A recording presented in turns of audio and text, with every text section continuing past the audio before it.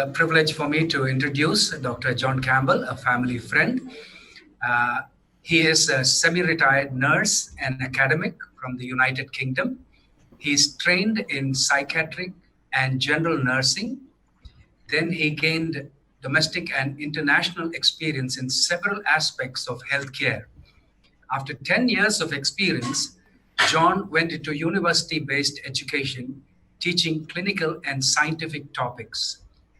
In academia, he gained BSc and MSc degrees and other post-graduation qualifications in pharmacology and tropical diseases.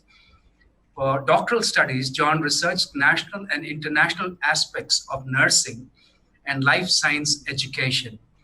He now does part-time clinical work combined with teaching and research and on health and disease. 2 of his textbooks are still in print. After the COVID-19 appeared in our world, John has become an internet sensation because he has analyzed, researched, and given very balanced and clear guidelines and help to many, many people in many, many countries. He has millions of followers, and it is my privilege to introduce him. And I pray that he will receive the warm welcome from my country and our country people. Thank you very much, John, for being here. Thank you. Dr. John Campbell, it's over to you, so you could take over, sir. Thank you. Yeah, I think I'm muted at the moment on your side.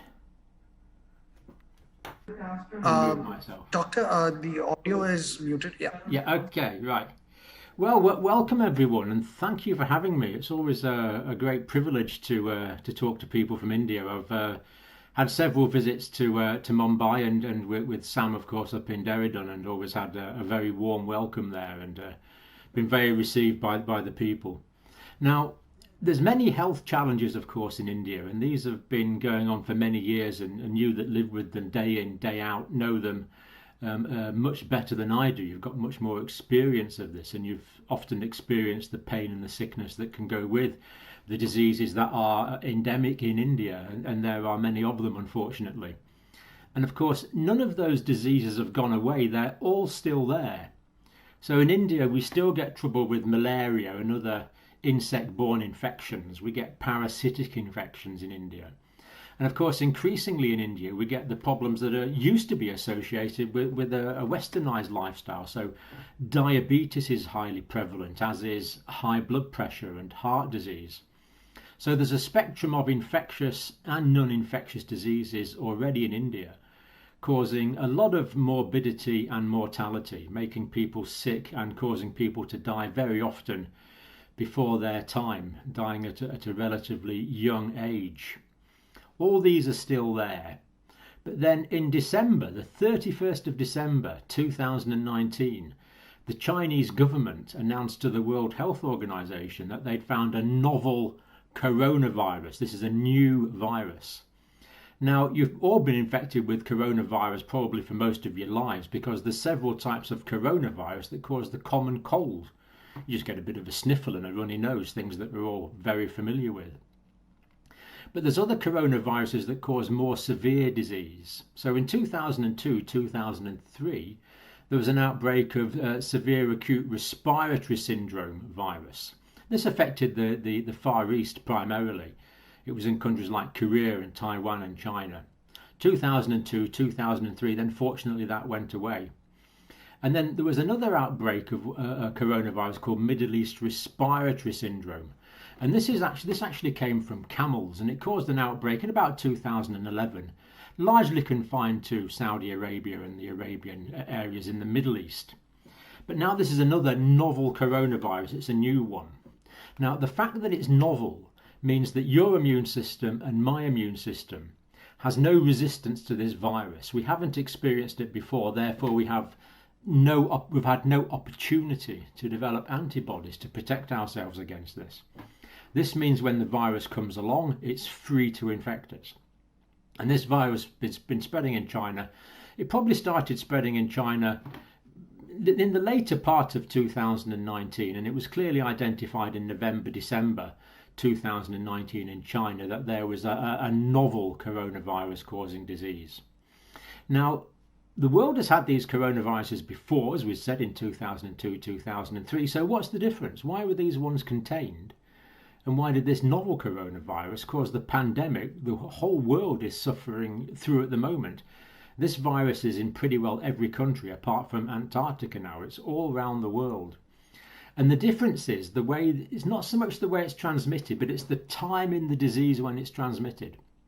So with severe acute respiratory syndrome, 2002, 2003, the people that were shedding that virus, therefore making the virus infect other people, people were shedding the virus when they were very sick, typically in the second week of infection. So you could see someone who's very sick and thinks, that chap over there, that lady over there is very sick, therefore they're probably infected with the novel coronavirus now. So we need to isolate them. We need to take precautions to stop this from spreading. But the difference with this current one is the person who has been infected with the virus becomes infectious much more early in the disease process. And they can shed the virus before they develop symptoms. And the peak time when they shed virus is in the first few days after they develop symptoms. They're spreading the virus most in the first, second and third day that they're sick. And this is why the virus has spread around the world. So people will be flying from China and they think, I feel fine now, I'll just fly off on my business trip. And they'd be feeling fine, but they didn't know they were incubating the virus. And then they would spread it to people around them while they were still feeling fine. This is called pre-symptomatic spread and asymptomatic spread. People can spread the virus before they develop symptoms, and they can spread the virus. And some people are asymptomatic. They never get significant symptoms. They just have the virus and it kind of goes away. It's never really a problem for them. In fact, that's the majority of people. But the big problem with this virus is, while some people have a remarkably mild illness, and indeed some people are asymptomatic, they don't even know they've had it, other people get really quite sick with it. And it seems about 10 to 15% of the people that get infected with this virus get quite a severe illness and can be ill for some period of time. And some people are ill for a week or 2 weeks, or some people even for longer after they've incubated the virus. And the people that remain symptomatic for longer can also be spreading the virus to other people, sometimes for more than a week. And when the virus gets into someone's body, as I say, they might not get any features, but the virus will then incubate. It will grow in numbers. So these individual novel coronavirus particles, these virus particles will get into the cells, particularly the cells that line the respiratory tract. They will get into those cells. Once they're in those cells, they will hijack the genetic material of that cell and force the cell to make copies of themselves. They will duplicate, and then you'll get hundreds of new viral particles popping out into the respiratory tract. And once they're in the respiratory tract, they're going to infect other cells in the respiratory tract in the individual, making the infection worse, but also they will breathe it out. So when the person breathes out, we breathe out lots of micro droplets, lots of small droplets of water. And you know this because if you breathe onto a mirror, it steams up. These are the micro droplets of water. And some of these droplets are very small. They're called aerosolized droplets, and they will hang in the air for quite some period of time. And then they can get from the air that I breathed out, or coughed out would be even worse, and they get into the mucous membranes, the mouth and the nose and the eyes, and they can get into the respiratory tract from there. Typically, people become sick about 6 or 7 days, normally 6 days after they've been infected. But it can be longer. It could be as short as 2 days. It can be as long as 14 days. And this is very important to remember, because if someone's been infected with the virus, it could be 2 weeks. It could be 2 weeks before they develop any clinical features. It's quite a long time. But towards the end of that time, they could be infectious. So people that have been exposed to this virus need to isolate themselves so they're not infecting those around them before they get symptoms. So while this is a novel virus and there's lots of things we don't know about it, there are many things that we do know about it. So we know how this virus is transmitted. We know it comes out of in the breath of an infected person. And if someone is coughing or sneezing, then the air will be projected further. Or if someone's shouting, then the air will be projected a long distance as well. And when I'm talking now, I'm actually giving out much more water droplets that could contain the virus if I was infected than I would be if I was breathing quietly, because the air has this momentum. And if you cough or sneeze, it will be carried forward for many meters. And even in normal conversation, if you're face to face with someone, as I'm face to face with you now via this camera, there's many water droplets coming out, and these can carry the virus to other people. So the virus gets from my respiratory tract as an infected person into your mucous membranes, your eyes, your mouth, or your nose, and then it will get into you. But there's also something very important we know about this virus as well as this direct person-to-person contact. When I'm talking now, the viral particles are coming out and they are going onto the surfaces round about me. They're going onto my clothes. They're going onto the surface of my desk. And then if you come along as an uninfected person and you touch this contaminated surface with my virally infected water droplets, then the virus will then be on your hands. Now, the virus will not go through the skin on your hands, but it will go to your mouth, nose and eyes if you touch your face. And studies have shown that people touch their face at least 20-30 times an hour, and we don't even realise that we're doing it. So the big thing about this virus is because we know how it's transmitted, we know how to break these chains of transmission. And that is fairly simple, really. We need physical distancing between people, especially if we're talking. Now, the further you are away from someone, the less likely it is that you get the virus.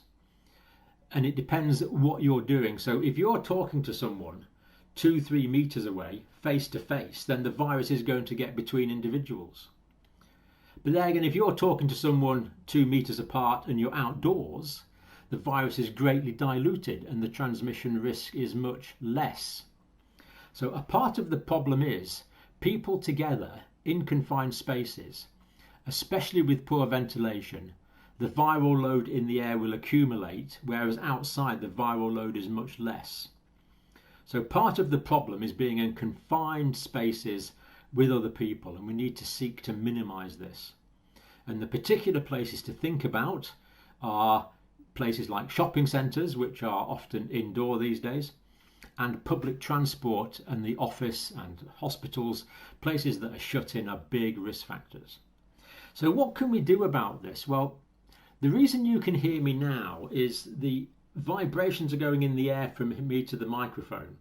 But as I speak, the droplets are coming out, and they don't come out in a nice linear fashion. There's a turbulent flow of droplets, and they have a momentum. And the louder I'm talking, the greater that momentum. And if I cough or sneeze, that momentum is even greater. So what I need to do, if I'm an infected person and I want to protect you, I need to stop that physical momentum.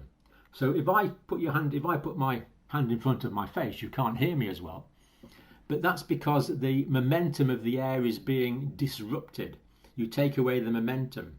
So in public places, what this means is we need to wear a face covering just in case I'm infected. Notice I'm not saying a mask. You can wear masks, but face coverings are anything that you make at home that takes the physical momentum out of the air. That will greatly help. Now, if you are wearing a mask around an infected person and you are not infected, a mask will give you some protection. Not a huge amount of protection, but it will give you some protection. But if me as an infected person is wearing a mask, I make it very much less likely that you as an uninfected person will become infected. So we need to do things outdoors as much as we can. We need this physical distancing, and we need this physical separation, and we need to stop sharing our water droplets. If I'm an infected person, You do not want your water droplets in my water droplets in your mucous membranes. And the mask does that. So the physical distancing and the mask wearing are important. And the third main thing that's important, and again, these are very simple messages, is the hygiene aspects. So surfaces that are subject to human breath, or surfaces that are touched a lot, these need to be cleaned regularly. And bear in mind, when I touch surfaces, my hands are contaminated. The virus is not going through my skin, but it will go to my mucous membranes, so simple hand washing is necessary. But we need to wash our hands so we catch all the bits of our hands. And I'm sure you've seen the videos on this, the way that we do this, to catch all the bits. You're probably familiar with these hand movements. Lots of videos on that. Good hand hygiene. Soap and water will kill the virus.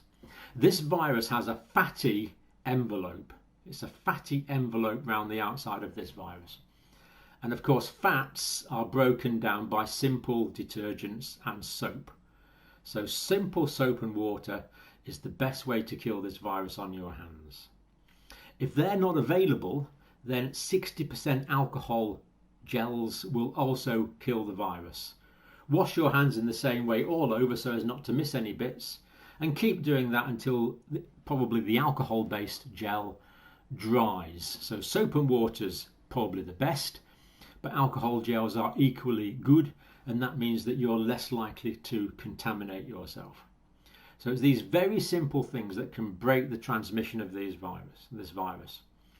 But the problem in India at the moment is that in India we started off with individual cases of this virus, and then that developed into clusters. So for example, in New Delhi at the moment, as we speak, there are many parts of the city with growing clusters of this virus. This is why parts of New Delhi have been identified as cluster areas, and people are not allowed to go from an area where there's an infected cluster to areas where people are not infected, because infected people will carry the virus into uninfected areas. We have these clusters. But the problem now in India is we've gone from the individual cases stage through the cluster stage, and we're now in the third stage, which is community transmission.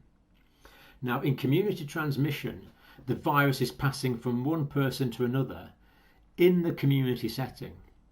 And when the epidemiologists look at an infected person, they're no longer able to work out where they got it from. The virus is now just around in the community. We now say this virus is endemic, and that makes it much harder to stop the spread. But we have to practice these three simple things: the distancing, the mask wearing, and the hand hygiene. Nothing very scientific, nothing high tech. Because at the moment we have no specific drugs that kill this virus. Now, lots of studies are going on. There is a drug that will lower the number of days that people are sick for. That's remdesivir. There's another drug called dexamethasone that can treat some of the inflammatory side effects in the sickest people and improve survival. But these drugs are very much supportive. They are not killing the virus. They are not eradicating the virus. So for now, we have to protect ourselves from transmission, and we have to reduce the rate of transmission as much as possible. And basically, we're going to need to keep doing this for the rest of this year, for the rest of 2020, and probably into 2021 for some time as well. Because we're not going to get rid of this disease finally until we're able to vaccinate against this disease. Vaccination is going to be the way that's essential. So if someone's exposed to this disease, the body's going to have an immunological reaction. It's going to make antibodies, these protective antibodies, the immunoglobulins, these proteins that protect against the virus. And they do eliminate the virus from the person who has it. And we know this because the people that have had this infection and are cleared clinically from this infection, that they no longer test positive for the virus. Now, there's some people that did appear to test positive for the virus, But this is because some of the viral fragments remain in the body for a longer period of time. But basically, the consensus of scientific opinion at the moment is that the body will eradicate and eliminate the presence of this virus. And we know that there are antibodies left in the blood of these people because the white cells have learned to recognize this particular virus. This is called acquired specific immunity, and they've made these antibodies to the virus. Now, the big question is the level of immunity that this gives. My view is it does give a degree of immunity, but we don't know for how long. I believe personally it could well be a year or more, but there's a lot of scientific debate about that. We don't know. But the other way to get the antibodies is to be vaccinated, and the vaccine is basically an antigen. The body will recognize it as being foreign, and it will produce the antibodies that will give the immunity. And I'm hoping that billions of people are going to be vaccinated against this virus around the world, including 1.3 billion people in India. I'm hoping they're going to be vaccinated in 2021, but we don't know that for sure yet. So what we've got to do is slow it down. And this virus will probably carry on spreading until about 70% of the world's population has been infected by it. This is what we are potentially looking at the moment. Or 70% of the world's population receives immunity through vaccination, which of course will be much better. Because if a large proportion of the world's population get this virus, then a small proportion of those, maybe 5%, are going to get critically ill, and a proportion of those are going to die of the viral infection and of complications of the viral infection. And people can get quite ill. So very often when they get this virus, there's three main things to look out for. Three main things. One is most people get a fever. Not everyone gets a fever, but most people get a fever. So having some way to test your temperature is a good idea. But of course, you know when you're getting a fever, you just feel ill. The other feature a lot of people get is a dry cough. So there's two sorts of coughs really. There's when you cough, you get productive cough and you bring up a lot of mucus. But a dry cough, you're coughing, you have the irritation, but you're not coughing up a lot of mucus. Very frustrating, very irritating dry cough. And the third feature that a lot of people get, and this is an unusual one, is the virus can actually stop the sense of smell for a period of time. Very often for about a week, but it can be longer. It can be 2 or 3 weeks. It might be shorter, it might just be a few days, but people lose their sense of smell. So you can test yourself easily on this. Not everyone loses the sense of smell. Maybe 60% of people who get the infection, but it's characteristic. So things like coffee or a nice masala that you can normally smell, you won't be able to smell that for a period of time. And if you get these features, of course, you should isolate because you could be transmitting the virus onto other people. But then there's plenty of other features that you can get as well. So some people feel short of breath, breathing difficulties. Undue tiredness, people just feel they have to go to bed. They get remarkably tired when they get this virus and don't want to do anything. People get headaches. But the more characteristic pain people seem to get with this is joint and muscle pains. They kind of become achy all over, which is an effect of the virus. Some people get upper features like a sore throat and a runny nose, but actually fewer people get that, but some do. And the other thing that people often don't realise is this virus can also affect the gastrointestinal tract. So it can get into the stomach and the colon, and it can cause vomiting, nausea, abdominal pain, and it can cause diarrhea. And most people will get better in a few days after a very mild illness. This is the very reassuring thing about this virus. In the vast majority of people, the illness is very mild. Some people, as we've said, perhaps the majority are asymptomatic, but it's this minority that can get quite ill with it. And we do know that some people die. Now, an interesting question is, what factors predispose someone to more severe disease or indeed risk of death? And quite a few of these features are known. Quite a few of these things are known. We call these comorbidities, diseases that people already have.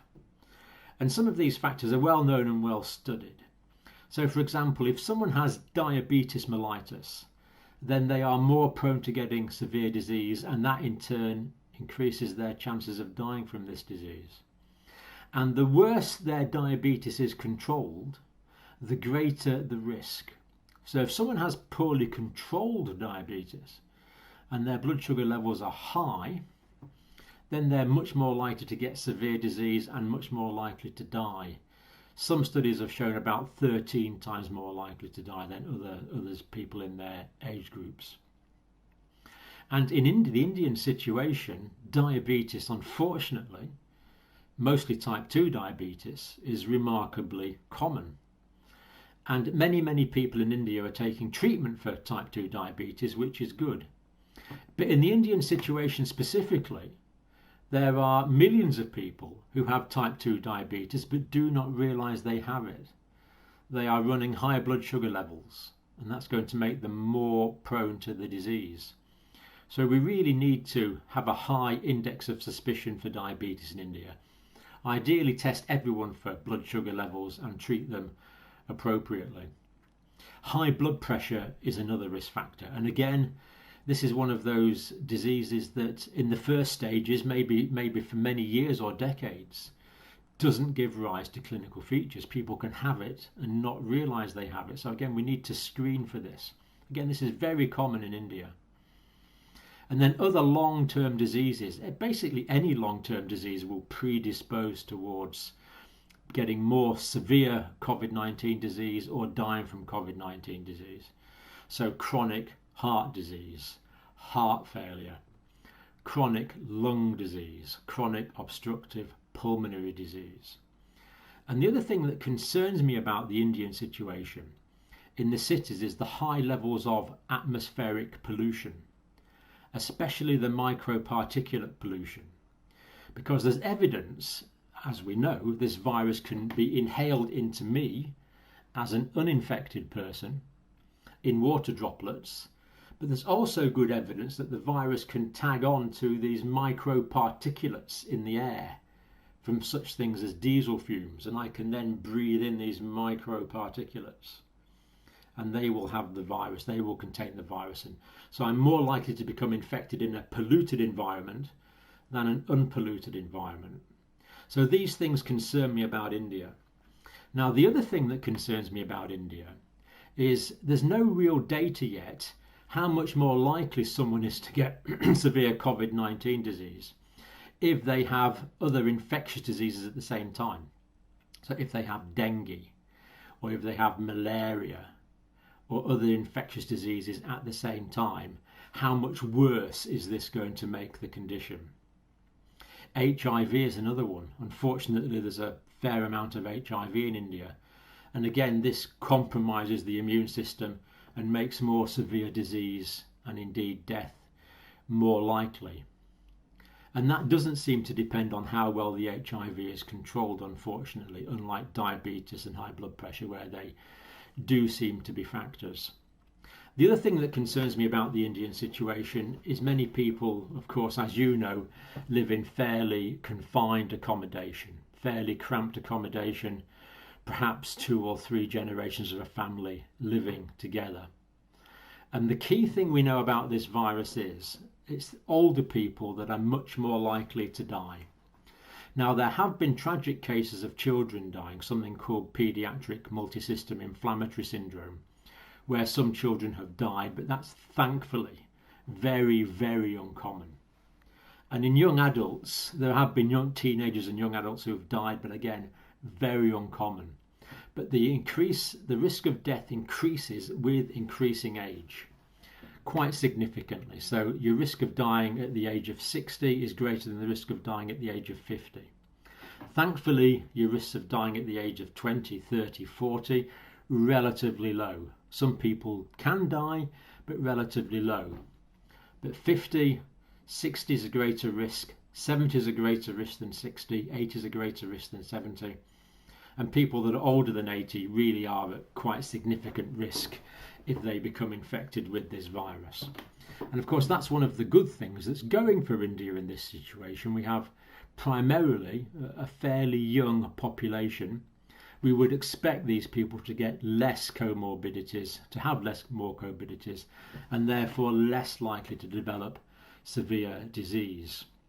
So they're very, very hopeful things for India, as well as these things that are concerning. But the simple fact remains that in India, a lot of people are going to get this disease because of the community transmission. The numbers, sadly, are going to increase. And when the number of cases increase, then the number of deaths also increase. But there's a time lag. So people get infected, then it's typically 6 or 7 days till they get the symptoms. Then it's maybe a week or so before they get severe symptoms. Then it's another week or two after that death can occur. So there's this long time lag. So unfortunately what we're seeing is increasing cases in India now. Now in India it's just over 500,000 people have been diagnosed. But the real number would be higher than this because this is the number that has been diagnosed. And this number is going to increase dramatically in India in the next few weeks, unfortunately. And there's two reasons for this. One is there's going to be more spread. But the other thing is the Indian health authorities are really now massively improving their testing capacity. So at the moment, the Indian authorities have got plans to do health screening on 29 million people in the Delhi area, the New Delhi greater area roundabout. So they're recruiting people to screen, do like health questionnaires on 29 million people. And those that have the clinical features that could well be COVID-19 are going to be tested. And this requires massive amounts of testing. And that is being ramped up at the moment. And Indian biotechnology is well capable of this. Once it gets going, it will get going. But of course, the increase in the number of testing means that more people are going to be tested positive. So the number of cases that we know about will increase. So the number of cases will increase and the number of cases we know about will increase. And unfortunately, a proportion of those are going to get sick and a proportion are going to die. Now, the problem is if a lot of people get sick all at the same time, that's going to overwhelm the health authorities. Because a lot of this 10 or 15% of people that get sick can be supported through the infection really quite readily. Things as simple as giving supplementary oxygen for 1, 2, 3 days can save someone's life. Something as simple as keeping people hydrated, perhaps with an intravenous drip, can save people's lives. Now, India is experienced of this in the generations before you. In 1918, 1919, there was a worldwide pandemic of influenza. And this pandemic in 1918, 1919 killed about 7% of the population of India. Now, some people died from the effects of the virus. Some of these 20 to 22 million people in India that died in that 1918-1919 pandemic died of side effects of the virus, these inflammatory side effects of the virus that can occur. Some people died of that, but many, and we'll never know how many, but a substantial proportion died of secondary bacterial infection. So when someone has a viral infection, they are much more prone to getting secondary bacterial infection. That can lead to bacterial pneumonia, which of course is a life-threatening condition. And in 1918-1919 pandemic, probably a large proportion of the 20 to 22 million people in India that died from secondary bacterial infection. And of course now we can treat that. So that's good. Now, another fascinating factor about the 1918-1919 pandemic is fewer people who live around the coast in India died. More people died as a percentage of the population that live in inland India. So why should this be a difference? Well, it may well be the people in Kerala, for example, traditionally have a very high fish diet. And fish contains vital minerals such as zinc and magnesium. And we know that zinc can help to support the immune system. But crucially, fish especially fatty fish, contain vitamin D. And we know that vitamin D is important for the immune system. And we know that people around the coast in India in 1918-19 pandemic, a lower proportion of those died as compared to the people inland. And some tentative studies have shown that many people in India are actually deficient in vitamin D.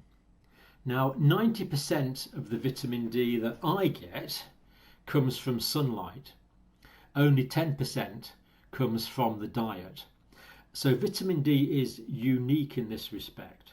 The vast majority of nutrients that we have, they come from the diet.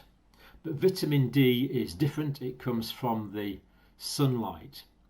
And of course, in India, the sun's very hot. So traditionally, it's cultural not to go in the sun in India, to keep out of the sun. Most people keep out of the sun. And that means that surprisingly for a sunny country, many people in India are actually quite deficient in vitamin D. So I think if we supplement vitamin D, that could perhaps increase the levels of immunity in India. And we can also increase levels of immunity with good nutrition, plenty of fresh air, plenty of fresh water, avoiding pollution if we can, not smoking cigarettes, not drinking large amounts of alcohol, and eating fresh fruit and vegetables as they're available. And also, especially for people that are vegetarians, making sure they get a variety of vegetable foods that contain sufficient protein. Because a lot of people in India can be short of simple things like protein and iron. And again, if someone is short of iron, they're going to be anemic. That's a comorbidity, and that makes more severe disease more likely. So lots of hope in the Indian situation, lots of things we can do to reduce the spread while we wait for this vaccine, but always thinking about our individual situation and our individual families, how we can promote immunity with good nutrition, fresh air, and making sure we've got enough iron and vitamin D, these basic nutrients that can help to maintain the immune system. No getting away from the fact, though, that there are going to be difficulties in India for the rest of this year. So I think that kind of summarises where we're at with this virus. We know how it's transmitted. We know what sort of disease it can give. We know how to break the chains of transmission. We know how to support people when they're sick, but of course that depends on availability of healthcare services. And we also know how to partly at least protect ourselves through improving our level of personal immunity. So that's kind of the background now. I think we can probably go on to any questions if anyone would like to ask anything or would like to clarify anything or indeed add anything to that situation. Great. Thank you, Dr. John. Now it's open for questions. Any of you are interested in asking questions, you could go ahead, type it in the Q&A session, or you could just raise your hand and I could unmute your audio for that so that you could ask the questions directly. Dr. John, this is Solomon here. Hi, Solomon. Yeah, I have one simple question, like as you had just told about the sunlight and vitamin D, right? So as we know that we have the monsoon started in India. In fact, in Kerala and South India, it's like almost raining like crazy. No sunlight. Yeah. But as in North India also, we have a complete monsoon sets in. Now we don't have much sunlight. So this coming July, August, September, and now slowly the winter will set in October. So what is your prediction? Like how things can go more worse or it can get improved? What is your prediction? What do you suggest? Yeah, it's very important to remember, Solomon, that we don't get the vitamin D from the diet unless you eat a very high fish diet or a high meat diet, which of course most Indians don't. So this means a lot of Indians are short of vitamin D. Now, vitamin D is one of the fat-soluble vitamins. The fat-soluble vitamins are A, D, E, and K. So it can be stored in the body for a period of time. But how long you store it for will depend on how high your levels were to begin with. And in the Indian situation, many people had relatively low levels of vitamin D at the start of monsoon season. So that's going to carry on going down.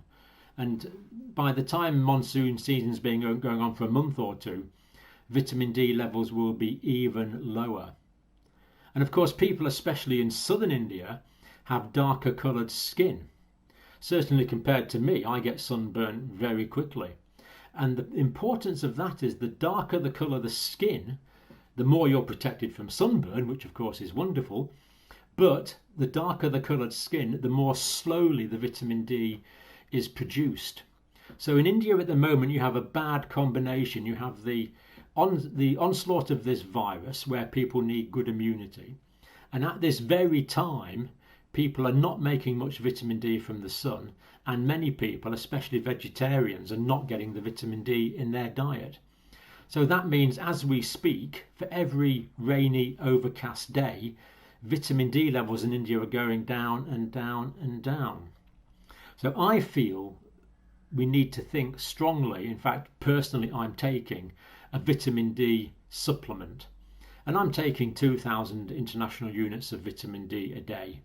And I believe that's safe to take. So I think basically everyone in India should seriously consider vitamin D supplements. As far as possible, get advice from local doctors and local nutritionists. But that's what I'm doing at the moment. I'm taking an extra 2,000 units of vitamin D a day, and that works out at 50 micrograms of vitamin D.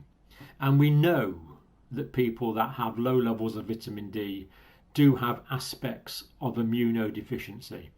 This is not speculative science. So we know that a lot of people are short of vitamin D. We know that vitamin D is essential to generate a good immunological response. Now, what we don't have is randomized controlled trial data on the specific effects of deficiency of vitamin D in COVID-19 disease. So from that respect, we don't actually know. But these trials will take a long time to do. And I think we have sufficient information now that would merit people in India increasing their vitamin D levels, with the expectation this will make them less likely to get disease, less likely to get severe disease, and of course the expectation that they will be less likely to die as a result of that. So I think this is a vital public health information for everyone in India at the moment that I will encourage everyone watching to consider for themselves and to pass that message around the country as much as possible. Sure. Thank you so much. Sir, Hello. Yes, Kavya, go ahead. a person who came negative, will he have faced any problem in future?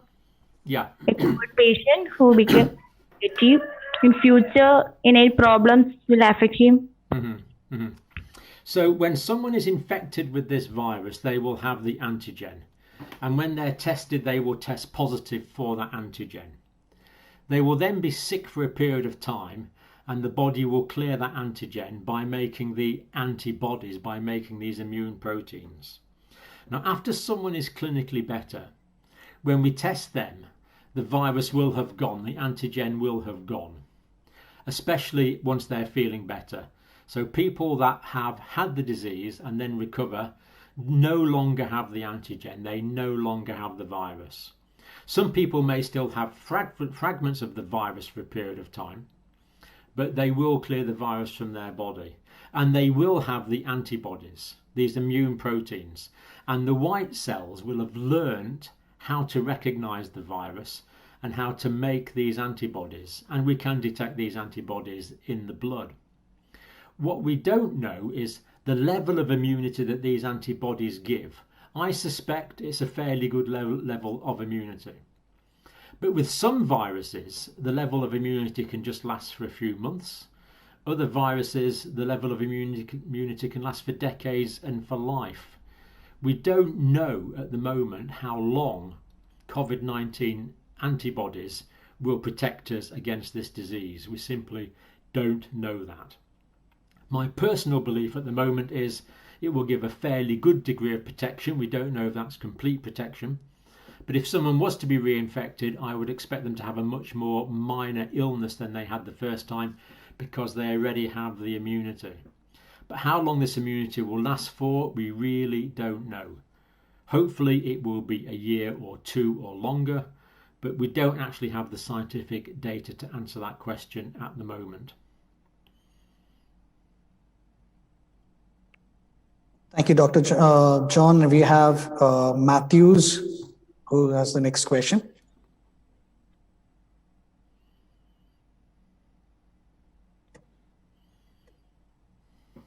Matthews, you could ask a question. So, sir, in India, we don't have like places that we can walk in and have a COVID test. We have some designated places, and majority of the people in the villages do not even know where are these COVID testing centers. And another thing is, if somebody is having COVID, they have the fear that the government will come and take away and put into some unknown places, and there is a social stigma about this disease and how it treated. My question is, if somebody has a doubt about is having corona or something,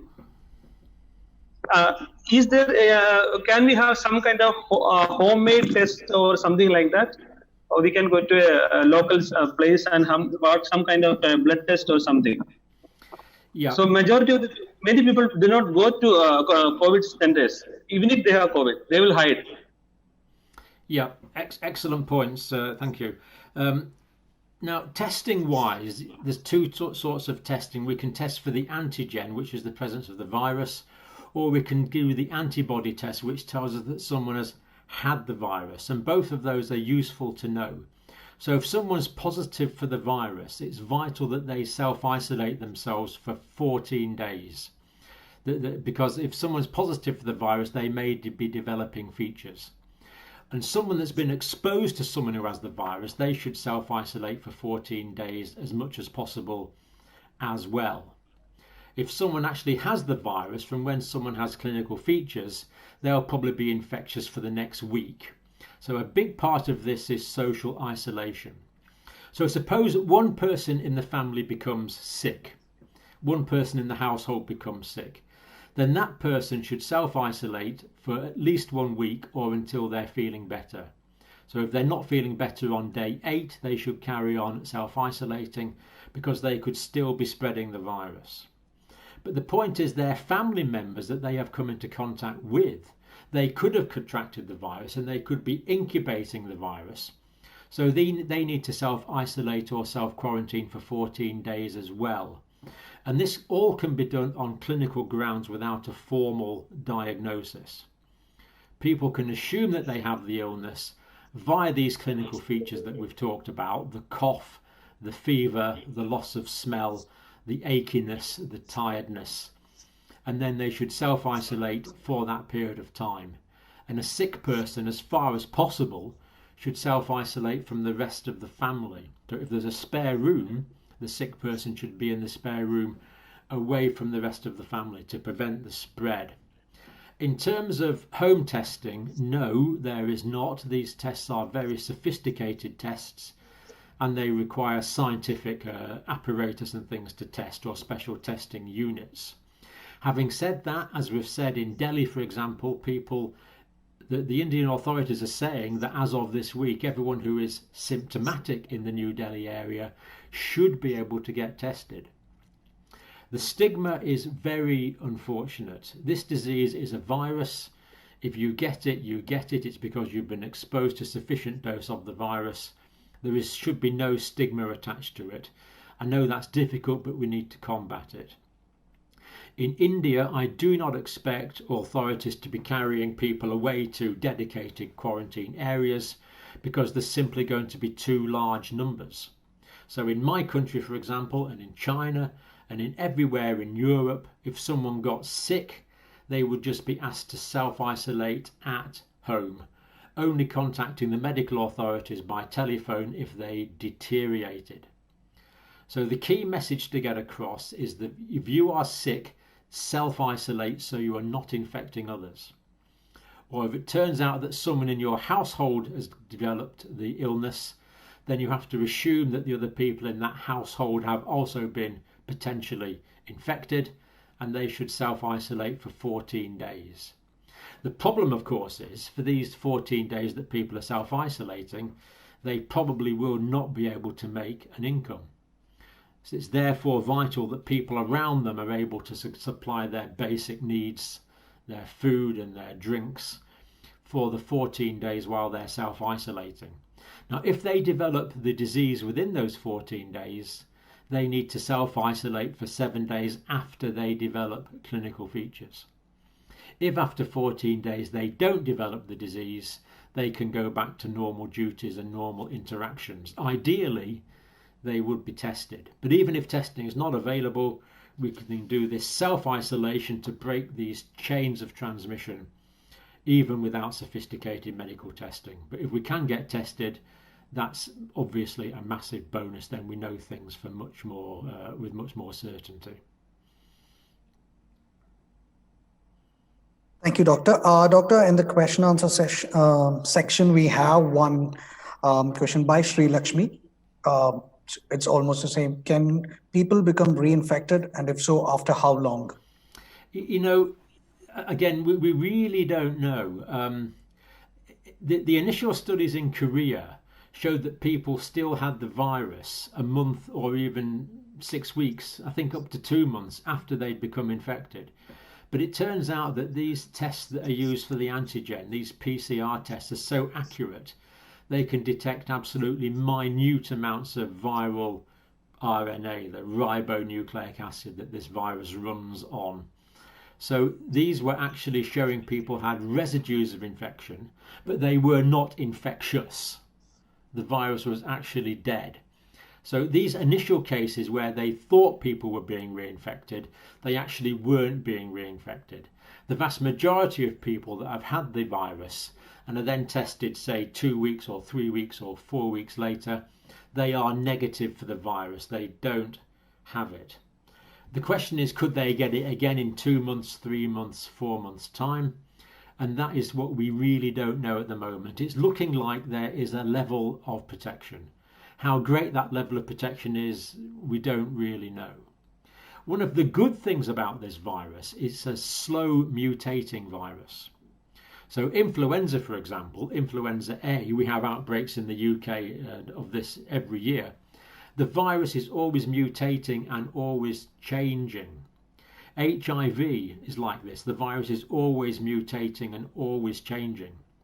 So if the virus has changed enough, if I caught influenza last year and the virus then mutates and changes, I can catch influenza again this year, because the immunity I developed is against last year's virus, not this year's virus. Now with COVID-19, it looks like that is not the case. It looks like it's a slow mutating virus. So once the immune system has learned to recognize it, we expect people to be able to combat that virus in future. But this is really an unknown at the moment. I'm personally hopeful. And another reason I'm hopeful is because we've got therapeutic trials going on in the UK at the moment using what we call convalescent plasma. So we take people who are acutely ill with COVID-19 disease. We then take plasma from someone who has had the disease and someone who has recovered from their blood plasma. This blood plasma contains the antibodies that the sick person and now recovered person has made to the COVID-19 disease. And when we transfuse those antibodies into people that are acutely ill, they seem to be getting better. They seem to be recovering. Now, the randomized controlled trials on this are being done in the UK, and they should report in the next few weeks. But anecdotally, this does seem to work. So this does indicate strongly to me that the antibodies will protect us against future will protect us against future infection. So I'm very hopeful about that. But the scientific answer is, as yet, we don't know, because we haven't had long enough to find out yet if people are getting reinfected in any significant numbers. I'm hopeful they won't, but the answer is we won't know that till a few months' time. Thank you, Doctor. And we have another question. Abraham Jose?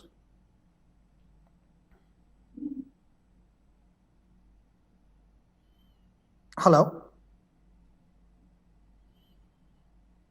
Abraham Jose, so you have a question?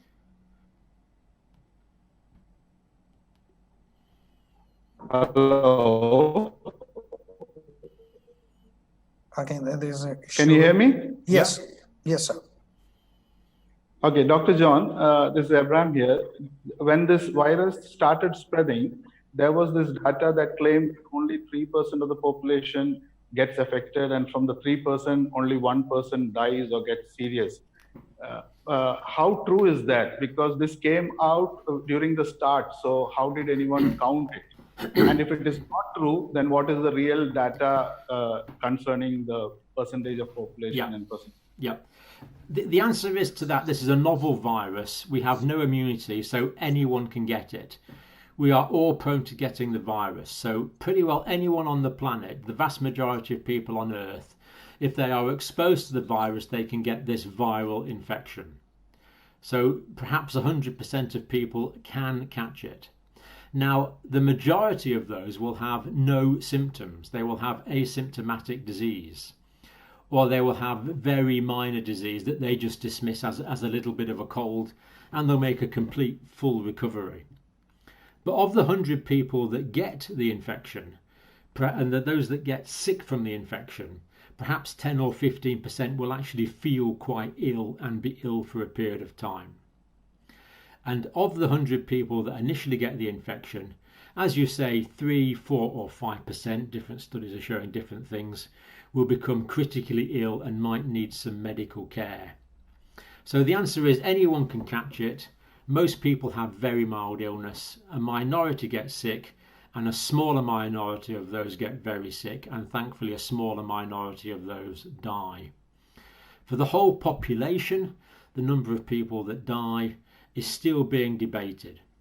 It looks like it's going to be, for most populations, something like 0.2 to 0.6% of those that get it could end up dying. In the Indian situation, the numbers could well be lower. A smaller proportion than that could die because many people are younger.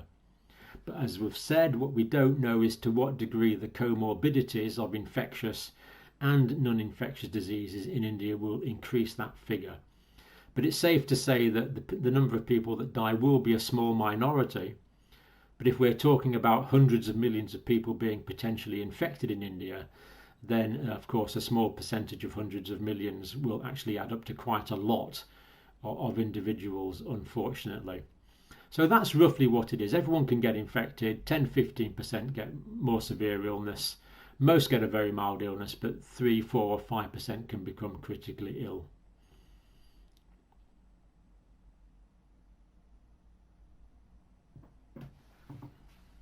Thank you, Doctor. And we have the next question by Anuja Lakshmi. In the present scenario of India, what should we do further to limit the spread of the virus? And how can we reduce the death rate? Our death rate you already covered with vitamin D. But the present scenario of India, how would we further limit the spread of the virus? As much social distancing as possible, which is often very difficult in the Indian situation, but as much as we can. Wearing face masks in public areas and not talking loudly or coughing or sneezing in public areas. Maintaining good personal respiratory hygiene, coughing into tissues or sneezing into tissues, or things that stop the aerosolization of the air going out into the air. Obviously not spitting or anything like that. So it's social distancing, mask wearing in public areas, and good hand hygiene. It's these very basic, simple interventions. And if people do get sick, it's absolutely vital that they self-isolate and their family quarantine themselves, because otherwise they could be spreading the disease more widely. So it's these very simple interventions, and at the same time promoting individual immunity as much as possible, drinking plenty of clean water, having a good diet, and considering that many people in India may be short of vitamin D, therefore might want to supplement it.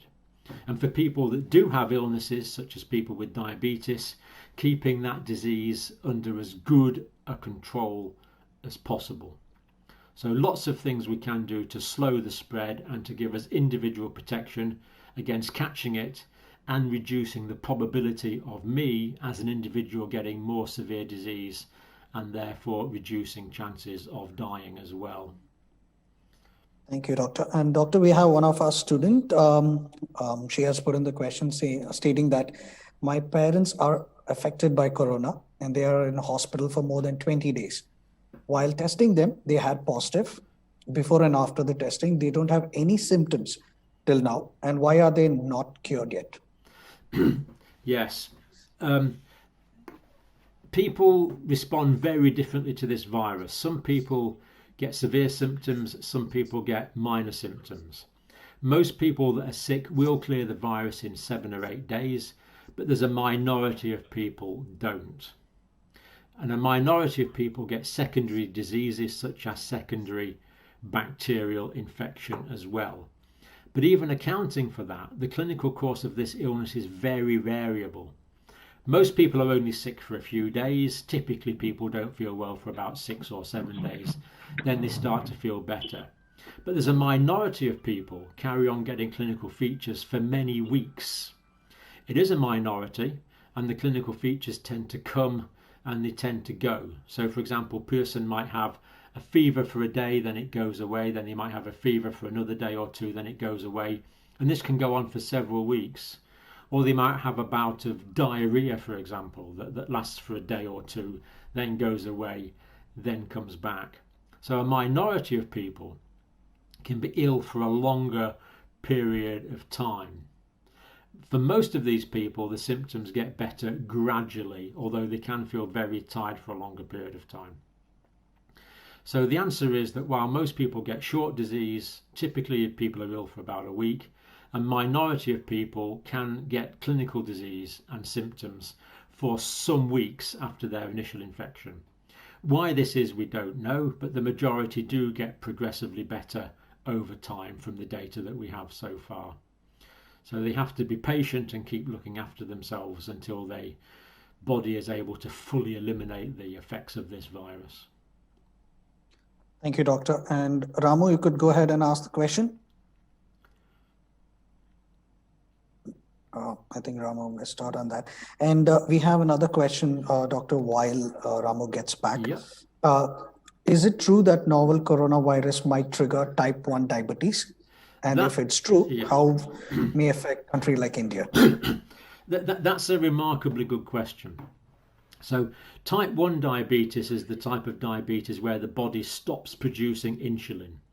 And it's characterized by complete death and eradication of the beta cells in the pancreatic islets that produce the insulin. So it's a complete insulin deficient diabetes. Most people in India, the diabetes is type 2, where the body uses the insulin less efficiently as well as producing less insulin. Now the question as to why people get type 1 diabetes is only been really worked out recently, and indeed is not fully worked out, but it's looking like the vast majority of cases of type 1 diabetes, there is an autoimmune reaction. The body's immune system destroys its own beta cells, therefore it can no longer produce insulin. And the question is, why would that happen? And specifically with this novel coronavirus, it may be that this virus attacks the beta cells directly. That's possible. There are some cases where that may have happened. Or it may be that as the body generates its immunological reaction to this coronavirus, that the antibodies that are produced to fight the virus inadvertently, almost by mistake as it were, can also kill some of the beta cells. All those things are quite theoretically possible. Now, at the moment, there's no firm evidence that this virus is causing type 1 diabetes. There are quite a few anecdotal reports of people who seem to have developed type 1 diabetes after being exposed to the virus, but we're not yet sure. But the slightly reassuring thing is, if this is a long-term sequelae, a consequence of coronavirus infection, it's looking like it's uncommon. So I'm hoping that this doesn't occur.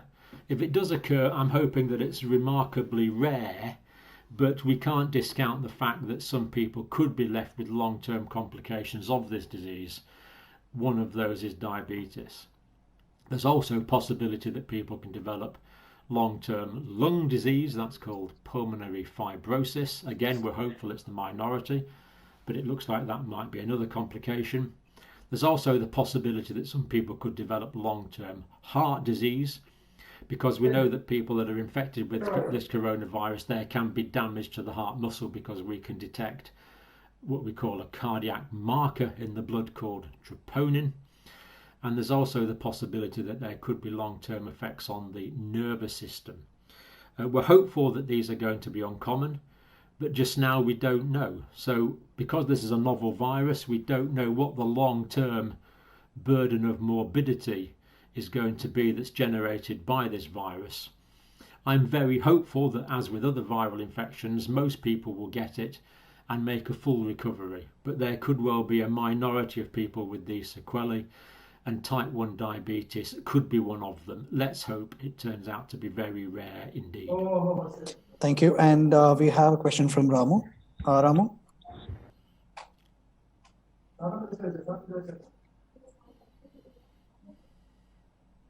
Ramu, can you ask? Yes. Hello, sir. Hello, Ramu. I have a question. Sir, is there any possibility for a person who take good care of his or her health, I mean, by means of good exercise or good diet, protein-rich food and everything, is there any possibility in the recovery of that person without any other medical support? Oh, very, very much so, Ramu, very much so. The vast majority of people that get this disease will have no symptoms at all and then recover, or have very minor symptoms and then recover. The vast majority of people are going to have a very mild illness. It's only going to be a small minority that gets sick, and a much smaller minority of those that become critically ill, and a much smaller minority of those that are going to die. For the vast majority of people, they will have a very mild illness or no illness at all. And this is especially true for younger people. So the younger someone is, the less likely they are to have severe disease. So children and teenagers are very unlikely to have severe disease, not impossible. Young adults, again, very unlikely they're going to have severe disease. More than likely they'll get minor disease and then they'll get over it, and some people won't even know they've had it. But the minority will get that. And as you rightly say, being healthy, taking good exercise is a really good idea. Good nutrition is a really good idea. And the other thing we haven't mentioned yet that's really important for immunity is getting plenty of sleep. People that are sleep deprived are more likely to have immunological problems as well. So yes, good healthy lifestyle, good sleep, good exercise, maintaining health generally, good nutrition, all of these mean that you're less likely to get severe disease, because it's people with the comorbidities that are more likely to get severe disease. So be assured, for the vast majority of people, they will have no symptoms or mild illness. Thank you. And Kavya, you have a question.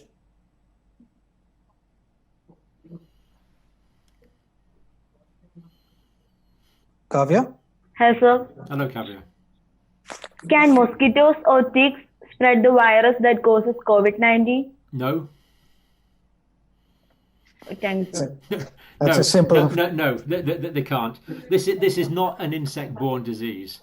Now, typically the insect-borne disease, the virus, the insect bites one person, gets the infection, like malaria, for example, which of course is spread by this method, and then they bite someone else and inject them. So it's not insect spread in that sense. Could insects spread the virus potentially from a contaminated surface onto uncooked food? Then yes, that's a potential hygiene problem, but no more so than any other hygiene problem with insects. Basically, this is not, thankfully, an insect spread disease. It's not spread by mosquitoes or insects. It's not like dengue. It's not like malaria. Thank you, Doctor. Doctor, we have another question by Roshna. She has two questions, so I'll put it together. Yeah. So COVID-19 can be cured by medicines, or it will remain with us till the death. And the other one is the virus is present in the environment and everyone thinks like they would be affected with coronavirus anyway. Yeah, I think I got the first part of that question. In terms of cure, no, there is no drug that will eradicate this virus. There is no specific cure. And so like if you have a bacterial infection, we have specific antibiotics. We do not have a specific antiviral drug which has got proved efficacy against this virus.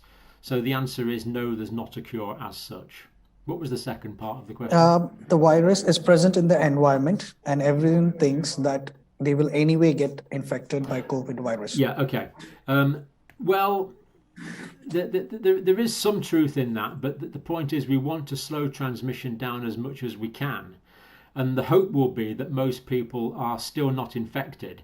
Therefore, people have not run the risk of infecting people that are likely to get severe disease until a vaccine comes. And the other thing is if we just give in and say, oh, everyone's going to get this disease anyway, it doesn't matter, then what that means is the level of disease will increase very dramatically in a very short period of time. And that means that many people will become sick all at the same time. And if we end up with millions and tens of millions of people in India all sick at the same time, then the health authorities will not be able to cope with that all at the same time. And that means a higher proportion of those people will die. So people whose lives could have been saved, for example, just by giving them oxygen for 2 or 3 days, if they cannot gain access to healthcare because tens of millions of people are sick all at the same time, then people might die of a simple complication of the disease. So we need to slow down the rate of transmission of this disease so people are getting it more slowly. So we're going to wait for a vaccine, and that also means the health services can cope with this disease, and that will greatly reduce what we call the case fatality rate. Without medical services, it could be that 2, 3, 4% of people are going to die from this disease. With basic medical services, that can be dramatically reduced. So we need to try and minimize the number of people that are sick at any one time. We must never give in to this disease. We must fight every case. We must isolate every case. We must try and prevent every infection, one person by one person at a time. Thank you, Doctor. And we have another question by Reeby. It's like, for someone who has had corona that is symptomatic or asymptomatic, can that person ever be completely free of the virus in their blood? And the second part of the question is, for a person who has had the virus asymptomatically, is he or she protected for future? Yeah. The answer to the first part is yes, the virus will be completely eliminated from the body and the blood by the body's immune system. So yes, it can be eradicated. It will be eliminated. If the person doesn't die, sooner or later, we believe that the vast majority, perhaps everyone, will clear this virus from the body. And all the testing that's been done in Korea have shown that people have completely cleared this virus. The virus is gone. It is not a virus like hepatitis C, where the virus persists in tissues of the body. The current consensus of opinion is that the virus will be cleared from the body. Now, more science could come along that shows that's wrong, but that's the consensus at the moment. The second part about the immunity is we hope so, but we don't know for sure. My personal view is people will have good levels of immunity, I hope for some time, but we don't know what that level of immunity is. Some people will say they're not immune, I think they will be, but we don't actually know the level of immunity, and we certainly don't know how long people will be immune for. So many things still to learn about this novel virus. Great. Thank you, Doctor. And we have the last two questions. I could put them together. One is from Chandana, other is from Jibit. We have seen in the news recently that New Zealand has been declared COVID-free. What specific steps they had taken that we could adopt in Indian situation?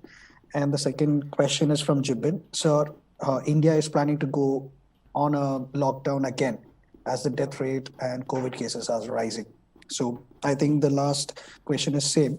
What are the steps that we could take from New Zealand that, India could have a better future? Yeah. Maybe take the second one first. Indian locking down again. The problem is in India, for so many people, what they eat that evening depends on what they earn that day. So for all of India to lock down is not really an economic possibility. People will get hungry fairly quickly. It's not that possible. So what's happening in India now is the authorities are looking at what you would call smart lockdowns. So as we've said, in some areas of Delhi at the moment, just to take Delhi as an example, there are clusters of diseases in particular areas, and other parts of Delhi where there's very little disease. So the idea would be that we can close down the areas temporarily where there's a lot of disease, but leave the other areas more open so people can carry on. Then if the disease got better in one area, that area could then open up, while another area might need to lock down. So sort of local adjustments, locking down as we need in particular areas rather than over the whole country. That might be part of the way ahead. Now, in terms of New Zealand was very fortunate. Firstly, the virus arrived there late. Then they were able to stop travel. Then they have very good health provision and they were able to isolate the cases. So the people that were infected in New Zealand were isolated. And when they were isolated, that broke the chains of transmission. So they had relatively low numbers of cases. They had plenty of warning to get ready because they knew the pandemic was coming. And they had very good isolation strategies for people that were infected. Therefore, they broke the chains of transmission. That's the key thing, to stop people infecting other people. Because the only way this virus gets around now is from one person to another. And if we can put a barrier between those two people, the disease will stop. So they were fortunate. There are actually a few cases in New Zealand from people that are coming back into the country. And the other main part of that strategy there is, though, people coming into the country are quarantined for 14 days. And then if they do develop the virus, they haven't come into contact with anyone. So it's these isolation strategies that have worked in New Zealand, and they will work in India. And they also stopped all the flights going into New Zealand for all foreigners as well. Now in India, I think there's so many clusters of disease it can't be eradicated as in New Zealand, but it can be greatly suppressed and the transmission can be suppressed. And that can mean that less people get sick at the same time. I actually don't think the disease will be eliminated from India for some time, certainly not this year, and it won't be eliminated from India because of the widespread nature of the infection until there's a vaccine, which I'm hoping is going to be in 2021. So India, I don't think it's going to eliminate it as New Zealand, but the key thing is to keep it down, keep it suppressed, keep it localized, and break as many chains of transmission as possible. Thank you, Doctor. And we have the last question for today. It's from what you had just spoken. So many people are diagnosed positive even after the quarantine period is over. Why is like that? Because in Kerala, what we have seen is a lot of people have come from outside. They have passed their quarantine period, but they are being tested after their quarantine period is over. Yeah, if someone's been in isolation for 14 days, if they're going to develop the virus, then they should have developed it by then. So if you get someone and you isolate them for 14 days, 14 days after that, if they have not got the virus, they did not take that virus into quarantine with them. Therefore, they have not got that virus. If they later test positive for the virus, it's because they've contracted it from someone else. They've contracted it from community transmission after that. But if someone's isolated for 14 days and does not have symptoms, then they should not have the virus. Now, that can be confirmed with testing. But if they become positive after that, it's because they've contracted the virus. Because the only way this virus spreads is from one person to another. That's how it spreads. So after 14 days, if it's not there, they must have caught it from someone else, is all I could suggest for that question. Thank you, Doctor. And Doctor, if time may allow, we have Ramu again to ask you a question. Ramu, yes, you could ask. Hello, sir. Hello, Ramu. My question is that how long it will take to be how long it will take the coronavirus to be a common phenomenon like Ramu? I think what Ramu is asking there is... rest of the viruses. Go ahead, Ramu. Ramu, I think you have... like SARS, Middle East. Okay, could you repeat that? Like the Middle East. Okay.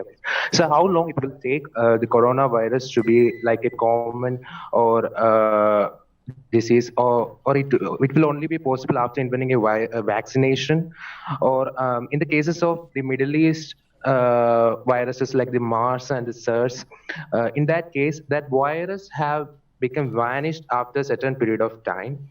So in viruses like that, if is there any type of vaccination, I mean common vaccination techniques to be adopted in the situations like this? I mean no, I've got the question. Yeah, right. The coronavirus 1 from the outbreak in 2002, 2003, no longer exists in the wild. It's no longer in human populations. Because people were isolated, the chains of transmission were broken and that virus was eradicated. There is no one in the world in the moment, nor has there been for many years now, who's infected with coronavirus type 1. It's gone. Now, the other one you mentioned, the Middle East Respiratory Syndrome, there are cases of that every year, mostly in Saudi Arabia. And the reason for that is that these coronaviruses are both zoonotic. They both come from what we call spillover infection from animals. And from time to time, people in the Middle East do get this infection from their camels. But because this is now well recognised, human-to-human transmission is not very likely and is not established. And it doesn't spread very well from human to humans anyway, the Middle East Respiratory Syndrome. So the coronavirus type 1, the original SARS virus, no longer exists in the wild, but the Middle East Respiratory Syndrome does crop up from camels. Now, with the novel coronavirus type 2 that we're talking about, the COVID-19 virus, their epidemiological opinion is divided. Some people think that after a few years, and when there's vaccine and when there's a lot of herd immunity, this virus will cease to exist, like SARS coronavirus type 1 did in 2003, and it will no longer exist and it will be eradicated from the community. Others think that it will be much harder to get rid of this virus and it could be around for years or potentially decades. In other words, some epidemiologists are concerned that this virus will become endemic. For example, influenza viruses never quite go away, and then we have an influenza season every year.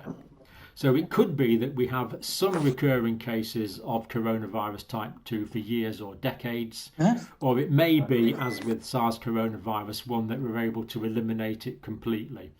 My great hope, and I would say my expectation, is that we're able to eliminate it completely, but we have to accept the opinions of some epidemiologists that think this could be endemic and could be an ongoing problem, albeit at a much lesser level for years or even potentially decades into the future. It's another one of the things we don't know yet because this is a novel virus. Thank you, Doctor. And Doctor, we have, I think people are interested in getting a couple of more questions coming in. What are the suitable conditions for the spread of virus, especially in India? Yeah, the most suitable conditions for the spread of the virus are indoor conditions with poor ventilation. Outdoor with good ventilation, the spread of the virus is much less. Also conditions where hygiene is not very good and hand washing facilities and hand sanitizers are not available. So the answer is the more crowded the environment, the greater the risk of transmission. Thank you, Doctor. And Doctor, we have a question from Anuja, who's a reporter from New Indian Express. And she's like, what do you think of the strategy adopted in Kerala to tackle the spread? any tips for those involved in the front line? Well, Kerala actually has a very sophisticated health service, reasonably, in many areas. So I'm not that familiar with the precise strategies in Kerala, but what they will be doing there is identifying potential cases, using human intelligence to say, look, you've been in contact with someone who has now tested positive for this virus or now has clinical features for that virus. Because you've been in contact with that person, there is a possibility or a probability that you yourself will be infected. We don't know if you're infected yet, therefore you have to self-isolate for 14 days until we know if you are infected. If you are tested and you test negative, then you can release your self-isolation and your quarantine. If you go on and develop clinical features, you need to self-isolate for at least a week or until you're fully recovered from those clinical features. And I have every reason to suspect that the understanding in Kerala is good.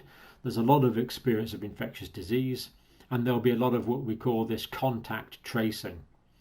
But there's only point doing contact tracing if once the contacts are traced, that they comply with the self-isolation for 14 days until they either develop symptoms when they isolate for 7 days, or they don't develop symptoms after 14 days, in which case it can be assumed they don't have the disease. So I'm sure in Kerala the public health strategies for this are good, but of course there's a lot of community transmission in India already, so there's an awful lot of potential infected people that will need to self-isolate for a period of time to break these chains of transmission. Thank you, Doctor. And that's all the questions that we had. It was great having you. Thank you for having me. It's been a pleasure. Yes, and thank you, Doctor. And is there anything that you would like to share to our students and our faculty before you could take the leave? Yes, certainly. There is massive resources in India. There is massive intelligence. There is huge amounts of learning. And the time has come to apply all of this to the real world situation. Because this disease is spreading in India now, we have to slow the spread as much as we possibly can. And you have the intelligence and the wherewithal to do that.